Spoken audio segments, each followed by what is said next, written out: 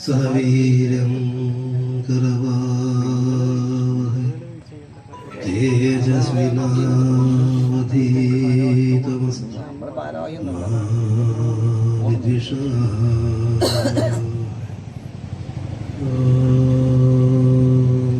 ശാന്തി ശാന്തി ശാന്തി.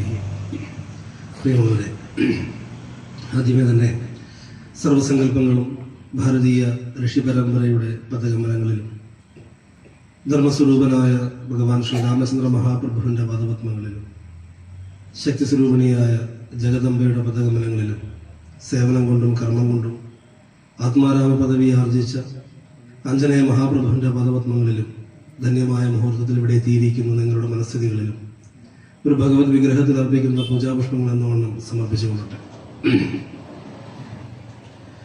എല്ലാവർക്കും നമസ്കാരം.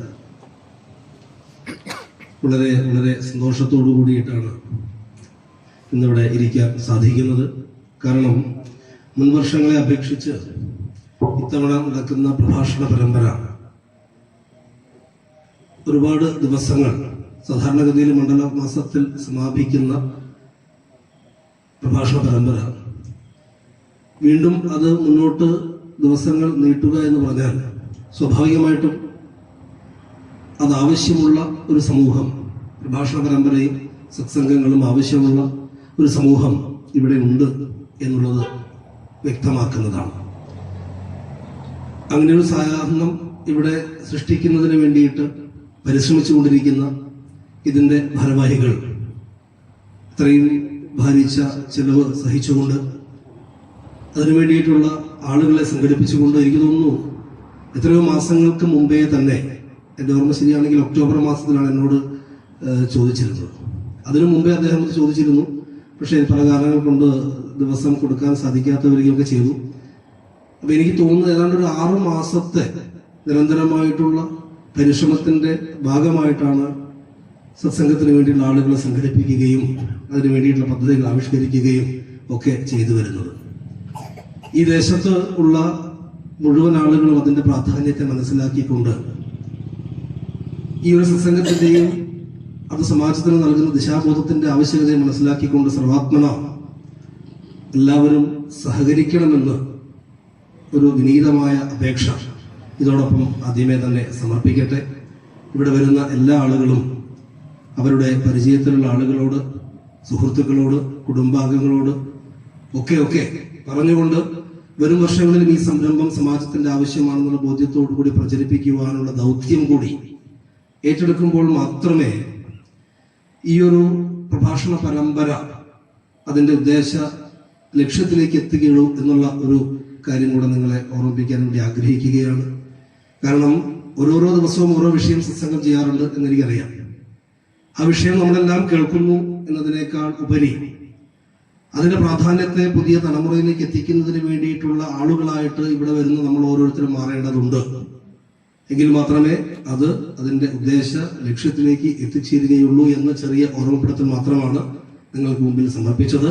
എന്തായാലും ഇന്നിവിടെ സൂചിപ്പിക്കപ്പെട്ട വിഷയം സുന്ദരകാന്ഡത്തിലെ ഹനുമാൻ എന്നുള്ളതാണ്. അധ്യാത്മ രാമായണം കിളിപ്പാട്ടിനെ അടിസ്ഥാനപ്പെടുത്തിയിട്ടാണ് പറയുന്നത് എന്ന് ഓർമ്മപ്പെടുത്തട്ടെ. വാൽമീകി രാമായണത്തെ അടിസ്ഥാനപ്പെടുത്തിയിട്ടല്ല.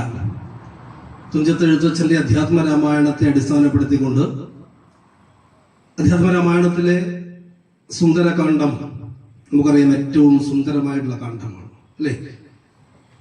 അത് പറഞ്ഞ എല്ലാവരും ചിലപ്പോൾ ചീത്ത പറയും. കാരണം ബാക്കി എല്ലാ കാണ്ഡങ്ങളും വായിക്കാൻ സുഖമാണ്, എന്നാൽ സുന്ദരകാന്ഡം വായിക്കാൻ സുഖമില്ല എന്ന് പറയാറ്. പക്ഷേ സുന്ദരനായിരിക്കുന്ന ആഞ്ജനേയ സ്വാമിയുടെ ലീലാവിലാസങ്ങൾ മുഴുവൻ വർണ്ണിച്ചിരിക്കുന്ന ഏറ്റവും ശ്രേഷ്ഠമായിട്ടുള്ള ഹനുമാൻ സ്വാമിയുടെ ആ ഒരു സത്ത് കൃത്യമായിട്ട് പ്രതിപാദിച്ചിരിക്കുന്ന ഒരു ഭാഗമാണ് സുന്ദരകാന്ഡം. അതുകൊണ്ട് തന്നെ വിവിധ ക്ഷേത്രങ്ങളിൽ, വിശേഷിച്ച് ഉത്തരേന്ത്യയിലൊക്കെ വിവിധ ക്ഷേത്രങ്ങളിലും വിവിധ ആശ്രമങ്ങളിലുമൊക്കെ ഹനുമാൻ സ്വാമിയുടെ പ്രീതിക്ക് വേണ്ടിയിട്ട് സുന്ദരകാന്ഡ പാരായണം പോലുമുണ്ട്. കേരളത്തിലും ഹനുമാൻ ക്ഷേത്രങ്ങളിലും ഹനുമാൻ സങ്കല്പത്തിലുള്ള സ്ഥലങ്ങളിലുമൊക്കെ സുന്ദരകാന്ഡത്തിന് വളരെ പ്രാധാന്യം കൽപ്പിക്കാറുണ്ട്. സുന്ദരമായിരിക്കുന്ന ആഞ്ജനേയന്റെ കാണ്ഡം എന്ന് അതിന് വേണമെങ്കിൽ വ്യാഖ്യാനിക്കാം. സുന്ദരമായിട്ടുള്ള സംഭവ വികാസങ്ങൾ ഉണ്ടായിട്ടുള്ള കാണ്ഡം എന്ന് വേണമെങ്കിൽ അതിനെ വ്യാഖ്യാനിക്കാം. അങ്ങനെ ഒട്ടനവധി വ്യാഖ്യാനങ്ങൾക്ക് സുന്ദരകാന്ഡം പാത്രീഭൂതമാവാറുണ്ട്. ഇവിടെ സുന്ദരകാന്ഡത്തിലേക്ക് നമ്മൾ കടക്കുന്നതിന് മുമ്പ് ആ സുന്ദരകാന്ഡത്തിൽ പറഞ്ഞിരിക്കുന്ന ഭാഗങ്ങൾ പ്രധാനപ്പെട്ട 11 ഭാഗങ്ങളാണ്. സുന്ദരകാന്ഡം എന്ന് പറയുന്ന ആ ഒരു കാണ്ഡത്തിൽ പ്രധാനപ്പെട്ട 11 ഭാഗങ്ങളുണ്ട് എന്ന് മനസ്സിലാക്കണം. നമുക്കറിയാം, ഒന്നാമത്തേത് സമുദ്രലംഘനമാണ്. സുന്ദരകാന്ഡത്തിൽ പറഞ്ഞിരിക്കുന്ന ആദ്യത്തെ ഭാഗം സമുദ്രലംഘനം. സമുദ്രലംഘനത്തിന് വേണ്ടി പരിശ്രമിച്ച ആഞ്ജനേയ സ്വാമിക്ക് ഉണ്ടാകുന്ന മാർഗവിഘ്നമാണ് രണ്ടാമത്തെ ഭാഗം. ഒന്നാമത്തത് സമുദ്രലംഘനവും രണ്ടാമത്തത് മാർഗവിഘ്നവുമാണ്. മൂന്നാമത്തത് ആ മാർഗവിഘ്നത്തിന്റെ ഒടുവിൽ ലങ്കാലക്ഷ്മിക്ക് ഹനുമാൻ സ്വാമി നൽകുന്ന മോക്ഷം. അതാണ് മൂന്നാമത്തെ ഭാഗമായിരിക്കുന്ന ലങ്കാലക്ഷ്മി മോക്ഷം. തുടർന്ന് ലങ്കാലക്ഷ്മി മോക്ഷത്തിന് ശേഷം ആഞ്ജനേയ സ്വാമി സീതാദേവിയെ സന്ദർശിക്കുന്നു. സീതാ സന്ദർശനം നാലാമത്തെ ഭാഗം. 5 സീതാ സന്ദർശനം നടക്കുന്ന സമയത്ത് അഴകിയ രാവണന്റെ പുറപ്പാടാണ് അടുത്ത ഭാഗം, 5ാമത്തെ ഭാഗം. 6ാമത്തേത് രാവണൻ വന്നതിന് ശേഷം, രാവണൻ സീതാദേവിയെ മോഹിപ്പിച്ചതിന് ശേഷം സീതാദേവിയിൽ നിന്നുണ്ടാകുന്ന പ്രതികരണത്തിന്റെ ഭാഗമായിട്ട് രാവണന്റെ ഇച്ഛാഭംഗം. ഇതാണ് 6ാമത്തെ ഭാഗം. അത് കഴിയുമ്പോൾ ആഞ്ജനേയ സ്വാമിയും സീതാദേവിയും തമ്മിലുള്ള സംവാദം, ഹനുമത് സീതാ സംവാദമാണ് 7ാമത്തെ ഭാഗം. ഹനുമത് സീതാ സംവാദത്തിന് ശേഷം ആഞ്ജനേയ സ്വാമി ലങ്കാമർദ്ദനം നടത്തുന്നു, ലങ്കാദഹനം നടത്തുന്നു. അതാണ് ലങ്കാമർദ്ദനമാണ് 8ാമത്തെ ഭാഗം. ലങ്കാമർദ്ദനത്തിന് ശേഷം ആഞ്ജനേയ സ്വാമിയെ പിടിച്ചുകെട്ടി രാവണന്റെ സന്നിധിയിൽ കൊണ്ടുപോയി വെക്കുന്ന സമയത്ത് ഹനുമാൻ രാവണ സഭയിലെത്തുന്ന ഭാഗമാണ് 9ാമത്തെ ഭാഗം. അവിടെ നിന്നും നമുക്കറിയാം, വാലിൽ തുണി ചുറ്റിയതിനു ശേഷം ലങ്കാദഹനം നടത്തിയ ഭാഗമാണ് 10ാമത്തെ ഭാഗം. അതിനുശേഷം തിരിച്ച് ആഞ്ജനേയ സ്വാമി ശ്രീരാമന്റെ സന്നിധിയിലേക്ക് തിരിച്ചെത്തുന്ന പ്രത്യാഗമനം, ഹനുമാന്റെ പ്രത്യാഗമനം, ഇതാണ് 11ാമത്തെ ഭാഗം. ഇങ്ങനെ 11 പ്രധാനപ്പെട്ട സംഭവങ്ങൾ ഉൾക്കൊള്ളുന്നതാണ് അധ്യാത്മരാമായണത്തിലെ സുന്ദരകാന്ഡം. ഒന്ന് സമുദ്രലംഘനം. ഇതെന്തുകൊണ്ട് പറയുന്നത് ചോദിച്ചാൽ, ഈ സുന്ദരകാന്ഡത്തിലേക്ക് നമ്മൾ പ്രവേശിക്കുമ്പോൾ അതിന്റെ ഓവറോൾ ഒരു ഔട്ട്ലൈൻ നമുക്ക് കിട്ടാൻ വേണ്ടിയിട്ടാണ്. ഹനുമാൻ സ്വാമി ആദ്യം സമുദ്രലംഘനത്തിന് വേണ്ടി തയ്യാറാകുന്നു. നമ്മുടെ മനസ്സിലേക്ക് ചിത്രം വരണം. സമുദ്രതീരത്ത് ആഞ്ജനേയ സ്വാമി സമുദ്രം മറികടക്കാൻ വേണ്ടിയിട്ട് തയ്യാറായി നിൽക്കുന്നതാണ് 1ാമത്തെ ഭാഗം. ആ സമുദ്രലംഘനം നടത്തുന്ന സമയത്ത് ഉണ്ടാകുന്ന മാർഗവിഘ്നങ്ങൾ, 2-3 മാർഗവിഘ്നങ്ങളുണ്ട്. ആ മാർഗവിഘ്നങ്ങളാണ് 2ാമത്തെ ഭാഗം. മാർഗവിഘ്നത്തിന് ശേഷം ലങ്കയിൽ എത്തിച്ചേരുന്ന സമയത്ത് ലങ്കാലക്ഷ്മിക്ക് മോക്ഷം കൊടുക്കുന്നു. അതാണ് 3ാമത്തെ ഭാഗം. അപ്പൊ നമ്മുടെ മനസ്സിൽ ചിത്രം വരിക, സമുദ്രത്തിന്റെ മറുകരയിൽ നിൽക്കുന്നു, സമുദ്ര ലംഘനം ചെയ്യുന്നു, മാർഗവിഘ്നം ഉണ്ടാകുന്നു, ലങ്കയിൽ എത്തിച്ചേരുന്നു, ലങ്കാലക്ഷ്മി മോക്ഷം കൊടുക്കുന്നു. 3 ഭാഗം കഴിഞ്ഞു. ഇത് ഞാൻ ചോദിക്കും കേട്ടോ, ഒന്നേതാണ് രണ്ടേതൊക്കെ ചോദിക്കും. അപ്പൊ നമ്മളെവിടെ എത്തിയപ്പോ ലങ്കയിലെത്തി, ലങ്കാലക്ഷ്മിക്ക് മോക്ഷം കൊടുത്തു. ലങ്കാലക്ഷ്മിക്ക് മോക്ഷം കൊടുത്തു കഴിയുമ്പോൾ പിന്നെ ആഞ്ജനേയ സ്വാമി സീതാദേവിയെ കണ്ടുപിടിക്കുന്നു. സീതാദർശനം, അതാണ് 4ാമത്തെ ഭാഗം. ലങ്കയിലെത്തി സീതാദേവിയെ കണ്ടുപിടിച്ചു. കാരണം അതാണല്ലോ പ്രധാനപ്പെട്ട ലക്ഷ്യം. ലങ്കയിൽ പോയതിന്റെ പ്രധാനപ്പെട്ട ഉദ്ദേശം സീതാദേവിയെ കണ്ടെത്തുക എന്നുള്ളതാണ്. അങ്ങനെ 4ാമത്തെ ഭാഗമായിട്ട് സീതാദർശനം നടക്കുന്ന സമയത്താണ് രാവണൻ വരുന്നത്. അപ്പൊ രാവണന്റെ പുറപ്പാട് 5ാമത്തെ ഭാഗം. രാവണൻ വന്നതിന് ശേഷം സീതാദേവിയെ മോഹിപ്പിക്കാൻ ശ്രമിക്കുന്ന സമയത്ത് സീതാദേവിയുടെ മറുപടി കൊണ്ട് രാവണന്റെ ഇച്ഛാഭംഗമാണ് അടുത്ത 6ാമത്തെ ഭാഗം. ഈ സീനൊക്കെ നമ്മുടെ മനസ്സിൽ വരുന്നുണ്ടോ? അക്കരെ എത്തി, ലങ്കാലക്ഷ്മിക്ക് മോക്ഷം കൊടുത്തു, സീതാദേവിയെ കണ്ടില്ലേ? കണ്ട സമയത്ത് രാവണൻ വരുന്നില്ലേ? രാവണന്റെ പുറപ്പാട്, രാവണൻ സീതാദേവിയോട് സംസാരിക്കുന്ന കാണുന്നില്ലേ? സീതാദേവി തിരിച്ച് ചീത്ത പറയുന്നില്ലേ? അപ്പൊ രാവണന്റെ ഇച്ഛാഭംഗം ഉണ്ടായില്ലേ? ഇത്രയും മനസ്സിൽ വന്നെങ്കിലേ മുന്നോട്ട് പോയിട്ട് കാര്യമുള്ളൂ. എന്റെ മനസ്സിൽ മാത്രം വന്നിട്ട് കാര്യമില്ല. വന്നോ? ശരി. അപ്പൊ സീതാദേവി രാവണന്റെ ഇച്ഛാഭംഗം, രാവണൻ അവിടുന്ന് ആഗ്രഹങ്ങൾക്ക് തടസ്സം സംഭവിക്കുന്നു. രാവണൻ തിരിച്ചു പോകുന്ന സമയത്ത് നമുക്കറിയാം, ആഞ്ജനേയ സ്വാമി മരത്തിന്റെ ഉള്ളിൽ ഇരുന്നു കൊണ്ട് സീതാദേവിയോട് പറഞ്ഞ് ദശരഥന്റെ രാമന്റെ കഥ പറഞ്ഞപ്പോ സീതാദേവിയും ഹനുമാൻ സ്വാമിയും തമ്മിൽ കാണുന്നു. സീതാദർശനം. മനസ്സിൽ വന്നോ? ആ പിക്ചർ വരേണ്ടത് ആ മരത്തിന്റെ ചുവട്ടിലിരിക്കുന്ന സീതാദേവിയുടെ മുന്നിലേക്ക് വിനയാന്വിതനായിട്ട് തൊഴുതു കൊണ്ടുവരുന്ന ആഞ്ജനേയ സ്വാമി നമ്മൾ കണ്ടോ? സീതാദർശനം കഴിഞ്ഞാൽ ഹനുമത് സീതാ സംവാദം. സീതാദർശനമല്ല, ഹനുമത് സീതാ സംവാദം. ഹനുമാൻ സ്വാമിയും സീതാദേവിയും തമ്മിൽ സംസാരിക്കുന്നു, കാര്യങ്ങൾ ചർച്ച ചെയ്യുന്നു. ഞാനത് ഇന്ന ആളാണെന്നൊക്കെ പറയുന്നു. സീതാദേവി മറുപടി പറയുന്നു, അടയാള വാക്ക് കൊടുക്കുന്നു. ഇതൊക്കെ സംഭവിച്ചു. അങ്ങനെ ഹനുമാൻ സീതാ സംവാദം കഴിഞ്ഞതിന് ശേഷം ഹനുമാൻ സ്വാമി അവിടെ നിന്നും തിരിച്ച് പോകുന്നതിന് മുമ്പ് എന്ത് ചെയ്യുന്നു? ലങ്കാമർദ്ദനം നടത്തുന്നു. ലങ്കാദഹനമല്ല, ലങ്കാമർദ്ദനം നടത്തുന്നു. ഉദ്യാനമൊക്കെ തല്ലി പൊട്ടിച്ച് അടിച്ചു പിടിച്ച് ലങ്കാമർദ്ദനം നടത്തുന്നു. ലങ്കാമർദ്ദനം നടത്തിയ സമയത്ത് രാവണന്റെ സൈന്യം എന്ത് ചെയ്യുന്നു? ഹനുമാൻ സ്വാമിയെ പിടിച്ചു കെട്ടിയിട്ട് രാവണന്റെ മുന്നിൽ കൊണ്ടുപോയി വെച്ചു. ഹനുമാൻ രാവണ സഭയിൽ. അതാണ് 9ാമത്തെ ഭാഗം. രാവണ സഭയിലെത്തുന്ന ഹനുമാൻ സ്വാമിയെ രാവണൻ എന്ത് ചെയ്യുന്നു? വാലിൽ തുള്ളി ചുറ്റിയിട്ട് തീ കൊളുത്തുന്നു. 10ാമത്തെ ഭാഗം. ആ തീയും കൊണ്ട് ലങ്കാനഗരം മുഴുവൻ ചുട്ടിരിക്കുന്നു. ലങ്കാദഹനം. മനസ്സിലായത്? അത് 10ാമത്തെ ഭാഗം. ലങ്കാദഹനം കഴിഞ്ഞാൽ ആഞ്ജനേയ സ്വാമി തിരികെ അങ്ങോട്ട് പോകുന്നു. ശ്രീരാമന്റെ സന്നിധിയിലേക്ക് തിരിച്ചു പോകുന്നു, മറുകര ചാടുന്നു. അതാണ് 11ാമത്തെ ഭാഗം, ഹനുമാന്റെ പ്രത്യാഗമനം. ഇത്രയേ ഉള്ളൂ സുന്ദരകാന്ഡം. വളരെ വളരെ ചുരുക്കമാണ്. അധ്യാത്മരാമായണത്തിൽ മറ്റേത് കാണ്ഡങ്ങളെക്കാളും ഏറ്റവും സുന്ദരമായിട്ട് പഠിക്കുവാനും മനസ്സിലാക്കുവാനും അതിന്റെ തത്വത്തെ ഗ്രഹിക്കാനും ഏറ്റവും ശ്രേഷ്ഠമായിട്ടുള്ള ഒരു ഭാഗമാണ് സുന്ദരകാന്ഡം. ഹനുമാൻ സ്വാമിയുടെ സ്വഭാവം കൊണ്ട് തന്നെ ആ സുന്ദരകാന്ഡത്തിലുടനീളം ഹനുമാൻ സ്വാമി നമുക്ക് മുമ്പിൽ കാണിച്ചു തരുന്ന ജീവിത രീതി കൊണ്ട് തന്നെ ഓരോ വ്യക്തിയും എങ്ങനെയായി തീരണമെന്ന് കൃത്യമായിട്ട് സുന്ദരകാന്ഡം നമ്മളെ പഠിപ്പിക്കുന്നുണ്ട്. ആ സുന്ദരകാന്ഡത്തിലേക്ക് പ്രവേശിക്കുന്നതിന് മുമ്പ് അതിനു മുമ്പുള്ള കിഷ്കിന്ധാകാന്ഡം അല്ലെ, സുന്ദരകാന്ഡം തൊട്ട് മുമ്പ് കിഷ്കിന്ധാകാന്ഡം അല്ലേ?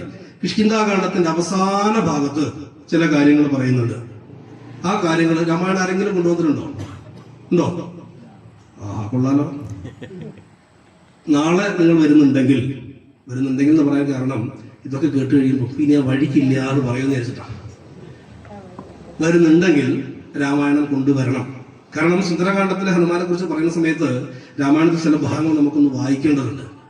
നമുക്ക് അധ്യാത്മ രാമായണത്തിൽ കിഷ്കിന്ധാകാന്ഡത്തിൽ സമുദ്രലംഘന ചിന്തയുണ്ടാകുന്നതിന് മുമ്പ് എന്ന് വെച്ചാൽ ഈ സമുദ്രത്തിന്റെ മറുകരയിലാണ് സീതാദേവി ഉള്ളത് എന്ന് തിരിച്ചറിയുന്നതിന് മുമ്പ് സമ്പാദി കേട്ടിട്ടില്ലേ? സമ്പാദിയാണ് ഈ വാനര സൈന്യത്തോട് പറയുന്നത് ഈ നദിയുടെ ഈ സമുദ്രത്തിന്റെ മറുകരയിൽ ആരുണ്ട്? സീതാദേവി ഉണ്ട് എന്ന് പറയുന്നത്. അതെങ്ങനെയാണ്? ശ്രീരാമനാമസ്മൃതി കൊണ്ട് സംസാര വാരാനിധിയെ കടക്കുന്നിരേവരും. സമ്പാദി പറയുകയാണ്, ശ്രീരാമന്റെ നാമം കൊണ്ടാണ് എല്ലാവരും ഈ പ്രപഞ്ചത്തിന്റെ ദുഃഖത്തിൽ നിന്ന് മറുകര കാണുന്നത്. പ്രപഞ്ചത്തിന്റെ ദുഃഖത്തിൽ നിന്ന് മറുകര കാണുന്നത്. അതുകൊണ്ട് നിങ്ങൾക്ക് രാമനാമം ഉണ്ടെങ്കിൽ രാമനാമം ജപിച്ചുകൊണ്ട് രാമഭക്തരാം നിങ്ങൾക്ക് ഒരിക്കലും സാഗരത്തെ കടന്നിടുവാൻ ഏതുമൊരാകുലം ഉണ്ടാവുകയില്ല. സമ്പാദി പറയണം, രാമഭക്തരാണല്ലോ നിങ്ങൾ എല്ലാവരും. വാനര സൈന്യത്തോട് പറയാ, നിങ്ങളെല്ലാവരും രാമഭക്തരാണ്.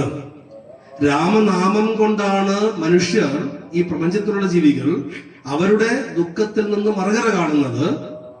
ദുഃഖമാകുന്ന സാഗരത്തിന്റെ മറുകര കാണുന്നത് രാമനാമ ജപം കൊണ്ടാണ്. അല്ലയോ വാനരപ്രവരരെ, നിങ്ങൾ രാമഭക്തരാണല്ലോ. അങ്ങനെയുള്ള നിങ്ങൾക്ക് ഈ സാഗരം മറിച്ച് കടക്കുവാൻ, സാഗരം മറുകണ്ഠം ചാടുക അല്ലെങ്കിൽ മറുകരയിലേക്ക് പോകുവാൻ യാതൊരു ബുദ്ധിമുട്ടും ഉണ്ടാവുകയില്ല എന്ന് സമ്പാദി പറയുന്നു. മനസ്സിലാവുന്നുണ്ടോ? അങ്ങനെ സമ്പാദി പറഞ്ഞു കഴിയുമ്പോ ഇവരെല്ലാവരും തയ്യാറായി. ഈ വാനരന്മാരൊക്കെ തയ്യാറായി. അങ്കദൻ അല്ലെ, ഒരുപാട് പേരറിയാലോ. ഞാൻ ചുരുക്കി പോവാണ്, എല്ലാം വിശദീകരിച്ച് പറയാൻ പറ്റില്ല. അപ്പൊ ഇവരെല്ലാവരും ആ സാഗരത്തെ മറുകര ചാടാൻ വേണ്ടി തയ്യാറായിട്ട് നിൽക്കുകയാണെങ്കിൽ പോലും നമുക്കൊക്കെ സംഭവിക്കുന്നത് പോലെ ഉള്ളിൽ ചെറിയൊരു ഭയമുണ്ടായി അല്ലേ? നമുക്ക് എല്ലാ കാര്യവും ചെയ്യാൻ പറ്റും, നമുക്ക് ഉറപ്പുണ്ടെന്ന് കരുതിക്കോളൂ. പക്ഷെ എന്നാലും ഉള്ളിൻ്റെ ഉള്ളിൽ എന്തുണ്ടാവും? പറ്റുമോ തോന്നാറില്ലേ? അല്ലേ? പരീക്ഷയ്ക്ക് നമ്മളൊക്കെ പഠിച്ചു, എന്നിട്ടോ എല്ലാം റെഡിയാണെന്ന് പറഞ്ഞ് പോയി. അവിടെ എത്തുന്ന സമയത്തോ പറ്റുമോ? അങ്ങനെ ഏതൊരു കാര്യത്തിലും നമ്മുടെ മനസ്സിൽ എന്തുണ്ടാവും? ഒരു പിൻവിളി ഉണ്ടാവും, പറ്റുമോ. ഇതേപോലെ ഉഗ്രം മഹാനക്ര ചക്ര ഭയങ്കരമഗ്രേ സമുദ്രമാരോഗ്യ കവികുലം. ആ സമുദ്രത്തിൽ ക്രൂരങ്ങളായിട്ടുള്ള മുതലകളുണ്ട്, മറ്റു ജീവികളുണ്ട്, ജന്തുജാലങ്ങളുണ്ട്, ഇതൊക്കെയുണ്ട്. ഇതെങ്ങനെയാണ് മറുകര ചാടാൻ സാധിക്കുക, ഞങ്ങൾക്ക് സാധിക്കുമോ എന്നുള്ള ദുഃഖവും വിഷമവും സംശയവും ശങ്കയും ഒക്കെ ആർക്കുണ്ടായി? ഈ വാനര സൈന്യത്തിനുണ്ടായി. സമ്പാദി ഇതൊക്കെ പറഞ്ഞു. ശരി, സമ്പാദി എന്നിട്ട് ഉയർന്ന് വിഹായസിലേക്ക് പോയി. ആ പോയ സമയം വരെ ഇവർ തയ്യാറായിരുന്നു ചാടിക്കിടക്കാൻ. പക്ഷെ സമ്പാദി അങ്ങോട്ട് പോയി കഴിഞ്ഞാൽ മനസ്സിൽ സംശയമായി, നമുക്ക് പറ്റുമോ. അങ്ങനെ പറ്റുമോ സംശയമായി കഴിഞ്ഞപ്പോൾ നേതാവായിരിക്കുന്ന അങ്കദൻ ബാക്കിയുള്ള മർക്കടന്മാരോട് വാരന്മാരോട് പറഞ്ഞു, എത്രയും വേഗബലമുള്ള ശൂരന്മാർ, ശക്തിയും വിക്രമവും പാരമുണ്ടല്ലോ നിങ്ങളെല്ലാവർക്കും. അല്ലയോ വാരന്മാരെ, നിങ്ങൾക്ക് ശക്തിയുണ്ട്, വിക്രമമുണ്ട്, പരാക്രമശാലികളാണ് നിങ്ങളൊക്കെ, നിങ്ങൾക്ക് പറ്റും. അംഗത്തിനൊരു മോട്ടിവേഷൻ കൊടുക്കണം കേട്ടോ. കാരണം അംഗത്തിന് മനസ്സിലായി ഇവരെല്ലാവരും ക്ഷീണിച്ചു, ഇവർക്കെല്ലാവർക്കും മനസ്സിൽ ഒരു വിഷമമുണ്ട്, സംശയമുണ്ട് തോന്നിയപ്പോ അംഗത്തിന് ഇവരെ ഒന്ന് മോട്ടിവേറ്റ് ചെയ്യുകയാണ്. നിങ്ങളെല്ലാം വീരന്മാരാണ്, സ്വരന്മാരാണ്, പരാക്രമശാലികളാണ് എന്ന് പറഞ്ഞിട്ട് ഒരു മോട്ടിവേഷൻ കൊടുക്കുകയാണ്. എന്നിട്ട് പറയുന്നു, എന്നാൽ ഇവർ നിങ്ങളിൽ വെച്ച് നിങ്ങളെല്ലാവരും ശ്രേഷ്ഠന്മാരാണ്, നിങ്ങളിൽ ആരെങ്കിലും ഒരാൾ മുന്നോട്ട് വന്നിട്ട് പറയൂ, ഞാൻ ചാടിക്കടക്കാമെന്ന് പറയൂ. എന്താ പറഞ്ഞത്? നിങ്ങളൊക്കെ വീരന്മാരാണ്, ശൂരന്മാരാണ്, പരാക്രമശാലികളാണ്, ആരോഗ്യമുള്ള ആളുകളൊക്കെയാണ്. ഇത്രയും പേര് നിങ്ങൾ ഇരിക്കുന്നുണ്ടല്ലോ, ആരെങ്കിലും ഒരാൾ മുന്നോട്ട് പോവാ, ഞാൻ ചാടിക്കിടക്കാമെന്ന് പറ എന്ന് പറഞ്ഞു. എന്നിട്ട് അങ്ങനെ കുറച്ചേരം ഇങ്ങനെ നോക്കി നിന്നു. സാധാരണഗതിയിൽ നമ്മളിപ്പോ സത്സംഗമൊക്കെ കഴിഞ്ഞിട്ട് ചോദിക്കും, നിങ്ങൾക്ക് എന്തെങ്കിലും സംശയമുണ്ടോ? ഉള്ളവർ എഴുന്നേറ്റ് ചോദിക്കൂ എന്ന് പറയുമ്പോൾ ഈ അംഗം നിന്ന പോലെ നമ്മളിങ്ങനെ നിൽക്കും, ബാക്കി കുരങ്ങന്മാർ നിന്ന പോലെ ബാക്കി എല്ലാവരും നിൽക്കും. കാരണം എന്താ? ആർക്കും മുന്നോട്ട് വരാൻ പേടിയാ. അതേപോലെ ഈ കുരങ്ങന്മാരൊന്നും അനങ്ങിയില്ല, അവിടെ തന്നെ ഇരുന്നു. അപ്പൊ അംഗത്തിന് ഒരു വിഷമമായി. കാരണം എന്താ? ഇദ്ദേഹമാണ് നേതാവ്. അപ്പൊ അംഗത്തിന് വീണ്ടും ചോദിക്കുകയാണ്, ചിത്തേ നിരൂപിച്ചു നിങ്ങളുടെ ബലം പ്രത്യേകം. നിങ്ങളുടെ ഒരു കാര്യം ചെയ്യൂ, ഓരോരുത്തരും വന്നിട്ട് പറയൂ, എനിക്ക് പറ്റും, ഇത്ര പറ്റും എന്ന് ഓരോരുത്തരെങ്കിലും വന്ന് പറയാൻ പറഞ്ഞു. കാരണം അംഗത്തിനെ തീരുമാനാക്കിയിട്ട് പോകാൻ പറ്റൂലേ. അങ്ങനെ പറഞ്ഞ് നിർബന്ധിച്ചപ്പോ ഓരോരുത്തർ വന്നിട്ട് പറഞ്ഞു, എനിക്ക് 10 യോജന ചാടാം. ഒരാൾ പറഞ്ഞു എനിക്ക് 20 പറ്റും. അടുത്ത ആൾ പറഞ്ഞു എനിക്ക് 30 പറ്റും. അടുത്ത ആൾ 40 പറ്റും. അടുത്ത ആൾ 50 പറ്റും. ഇങ്ങനെ പറഞ്ഞ് അർണവം എത്ര യോജനയാണ്? 100 യോജനയാണ്. ഈ സമുദ്രം 100 യോജനയാണ്. അവസാനത്തെ ആള് വന്നിട്ട് പറഞ്ഞു, എനിക്ക് 100 യോജന ചാടാം, പക്ഷേ തിരിച്ചിങ്ങോട്ട് വരാൻ പറ്റുമെന്ന് എനിക്ക് അറിഞ്ഞൂടാ. ഇത് ചാടിയ മാത്രം മതിയോ? അവിടെ ചെന്ന് സീതാദേവിയെ കണ്ട് വൃത്താന്തങ്ങൾ അറിയിച്ച് തിരിച്ചിങ്ങോട്ട് വരണം.